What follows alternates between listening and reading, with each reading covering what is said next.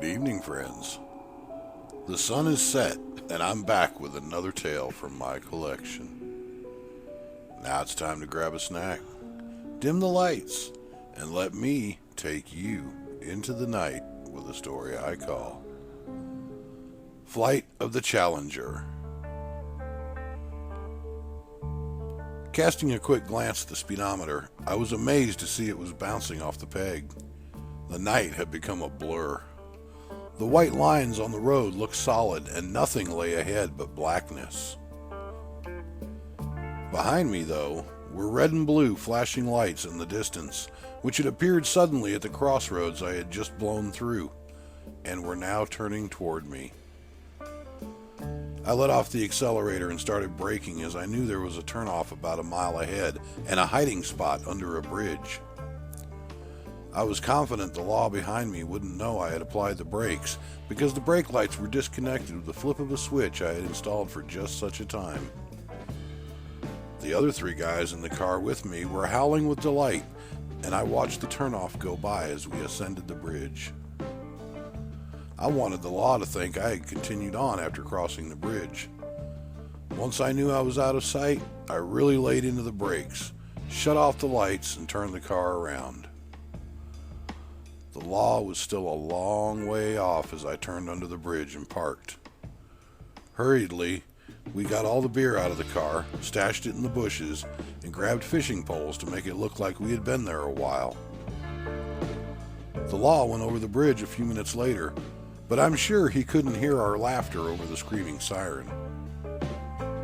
We kicked back, listening to the sound of his vehicle fading into the distance. I figured we should wait at least a half an hour before leaving and sneaking through the back roads to town in case he had a good description of my car. As far as I knew, there wasn't another brown 1972 Dodge Challenger with wide racing tires and traction bars in our whole county. My thoughts were interrupted a few minutes later when headlights pulled under the bridge, flashing across the four of us as the car parked across the road sideways. It was the law. He had snuck back to us and was now getting out of his car to come and talk to us. We all played it cool and acted as if we had been there fishing all night, and he seemed to buy our story but kept wrinkling his nose at some smell. "You boys smell that?" he asked. "You mean our bait?" We had actually been fishing earlier that day and our shrimp were rather high. "No," he said, turning the flashlight toward my car. "It smells like overheated brakes." Once our attention was directed at the car, he flipped the flashlight off, and I was horrified to see the brake discs on the front of my car were glowing red.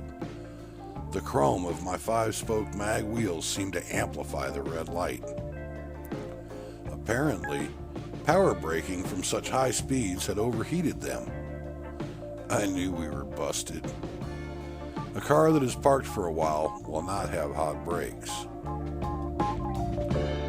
The law turned out to be rather cool, telling us how he had clocked a car doing 144 miles an hour and chased them, and how he was surprised we hadn't heard him go by. Then he gave us a long lecture about the dangers of speeding, especially at night when one could outdrive their headlights.